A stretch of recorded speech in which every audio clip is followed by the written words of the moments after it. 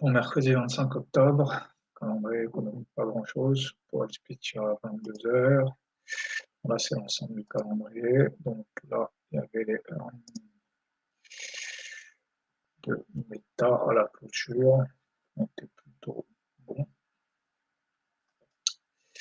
Donc là, la clé pour cette journée, c'est de comprendre que les setups signaux gris échouent. Les heures, en fait, tout ce que je peux choisir finit par échouer. Et que parfois je vais choisir et ça ne marchera pas. Il faut donc avoir certains critères pour faire un flip switch. À un moment donné, en fait, il faut avoir des critères qui se disent: «Bon là, ça ne marche pas, on passe dans l'autre sens», en fait. Comprendre qu'on ne peut pas tout comprendre. Là, il y a des moments où là, par exemple, les earnings sont bons, mais le marché est en train de baisser. J'avoue que c'est un truc que je ne comprends pas trop. Qu'il y a des jours où rien ne va marcher, d'où il est fondamental de trader correctement quand les signaux sont bons, en fait. C'est pour ça que c'est vraiment très important quand le marché donne des signaux qu'on comprend. Faut pas faire du half size, faut pas y aller à moitié en fait.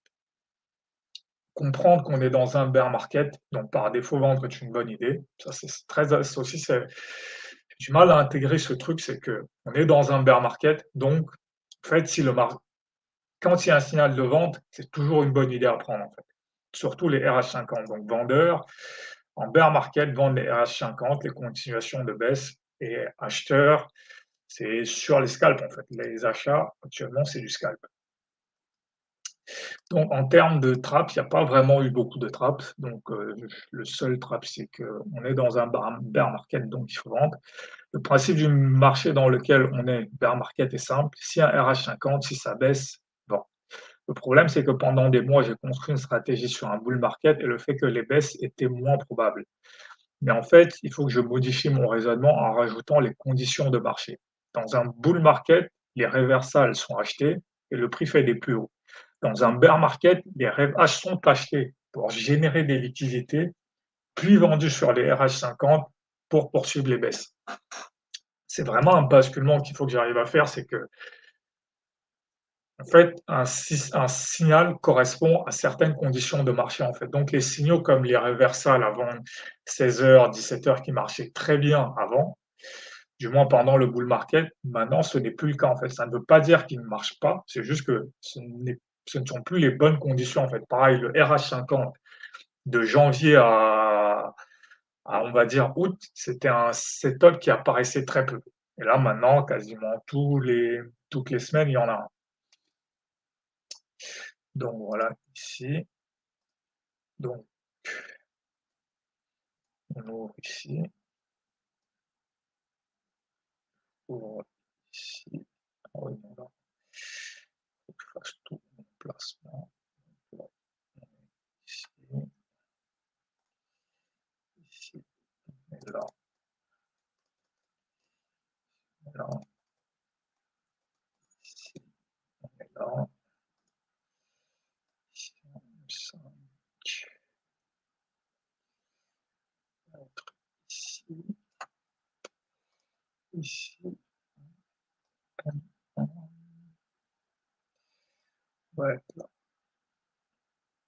Donc voilà, là, tout est en place. Voilà.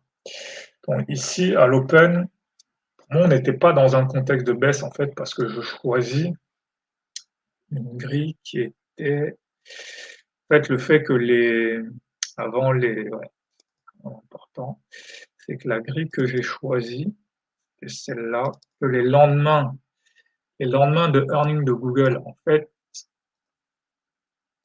en général, c'est des ranges. En fait, j'étais vraiment sur cette grille. C'est pour ça, en fait, ma clé, c'est de dire que bah, parfois, je choisis une grille, mais ce ne sera pas la bonne. Et là, j'avais choisi cette grille-là qui était qu'on allait dans un. Donc ici, je ne vends pas. Ici, je vends quand même parce que j'ai un signal PRMO, donc je vends.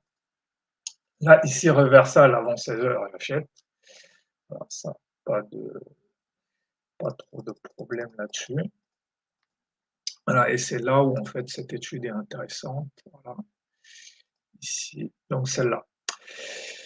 Donc en fait, dans quel cas le RH50 va continuer? Si j'ai un rejet sur un S1 Fair Value Gap, donc c'est le cas ici, et si après, en fait, après un signal de baisse fort, et aussi, dans tous les cas, les trades à prendre peu importe quand j'ai un réversal avant 16 heures. Si j'ai un rejet RH50, il faut vendre. Tu peux voir ça ici, tu peux voir ça ici, tu peux voir ça ici et surtout le retracement, voilà, à 20 heures quand on retrace vendre et les cas où le rêve H continue, c'est surtout, en fait, les veilles de news, en fait, ou les jours de news et pareil, je peux pas acheter le rebond à 10 avant 17 heures, pas de problème et aussi je peux pas acheter une fois qu'on a cassé le RH50 pour aller tester le PAJ. Ici par exemple, ici on y revient.